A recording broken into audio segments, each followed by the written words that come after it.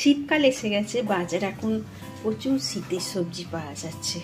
শীতকালে কিন্তু আলু, পেঁয়াজ, কলা, টমেটো আর যে কোনো মাছ দিয়ে ঝাল খেতে কিন্তু খুব ভালো লাগে। আমি আজকে কাটাপোনা মাছ দিয়ে পেঁয়াজ, কলা, আলু আর টমেটো দিয়ে ঝাল করবো ঘরোয়াভাবে। কড়াই তেল দিয়েছি, মাছগুলো আগে ভেজে নেব। তেলটা গরম হয়ে গেছে, কড়াইয়ের মধ্যে মাছগুলো দিয়েছি। মাছগুলো আগে ভেজে নিই, তারপরে আমি পেঁয়াজ, কলা, আলু ঝালটা তৈরি করব। এবারে মাছটা উল্টে দিচ্ছি। একটু কড়ার তেল গরম করে গরম হলে মাছগুলো তুলে দিয়েছি আর মাছগুলো জড়ায়। মাছগুলো লাল করে ভেজে নিয়েছি, তুলে নিচ্ছি। আর এক পিস মাছ আছে, ভেজে নেব।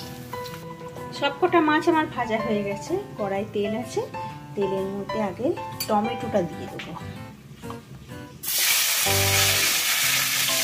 এবারে পেঁয়াজ কলাটাটা দিয়ে দেবো, ভেজে নেব। চটপট রান্না করা যায়।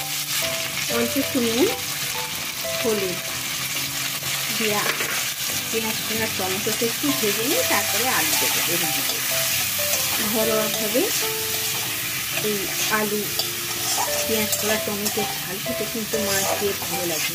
তো যে কোনো মাছই হোক। এবারে আলুগুলো দিয়ে দিচ্ছি।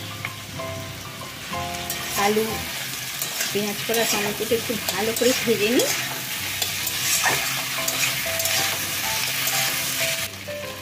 আলুটা ভাজা হয়ে গেছে, এর মধ্যে লঙ্কার গুঁড়ো,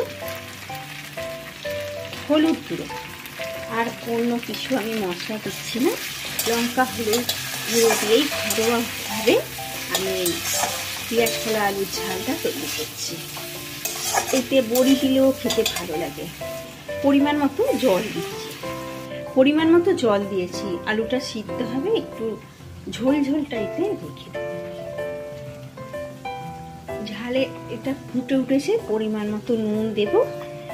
আগে অল্প নুন দিয়েছিলাম, ওই জন্য বেশি নুন দিতে হবে না, এইতেই হয়ে যাবে। এবারে চাপা দেবো, আলুটা সিদ্ধ হবে। চাপা দিয়ে দিই। এবারে ঢাকনাটা খুলে আলুগুলো নিশ্চয়ই সিদ্ধ হয়ে যাবে, কারণ এটা চন্দ্রমুখী আলু তো খুব তাড়াতাড়ি সিদ্ধ হয়ে যায়। আলু সিদ্ধ হয়ে গেছে, এবারে মাছটা আমি দিয়ে দিচ্ছি।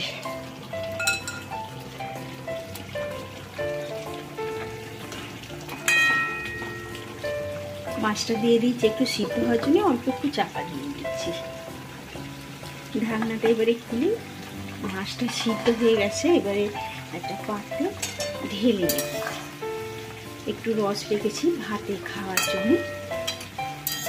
এইভাবে ঘরোয়াভাবে খুব চটপট রান্না করা যায়। পেঁয়াজ কলি, আলু দিয়ে ঝাল খেতে কিন্তু যে কোনো মাছ দিয়ে খেতে খুব টেস্টি লাগে। একটা পাত্রে ঢেলে নিচ্ছি। দেখুন, একটা পাত্রে ঢেলে নিয়েছি আলু, পেঁয়াজ, কলার ঝাল। এটা দিয়ে ভাত খেতে খুব ভালো লাগে। বাঙালি তো, ভাতের সাথে পরিবেশন করব। এইভাবে চটপট রান্না করুন আলু, পেঁয়াজ, কলা আর মাছের ঝাল। এই ঝালটা কিরকম হয়েছে আমাকে অবশ্যই কমেন্ট করবেন। ভালো লাগলে লাইক, শেয়ার, সাবস্ক্রাইব করতে ভুলবেন না। আবার পরের রেসিপিতে দেখা হবে।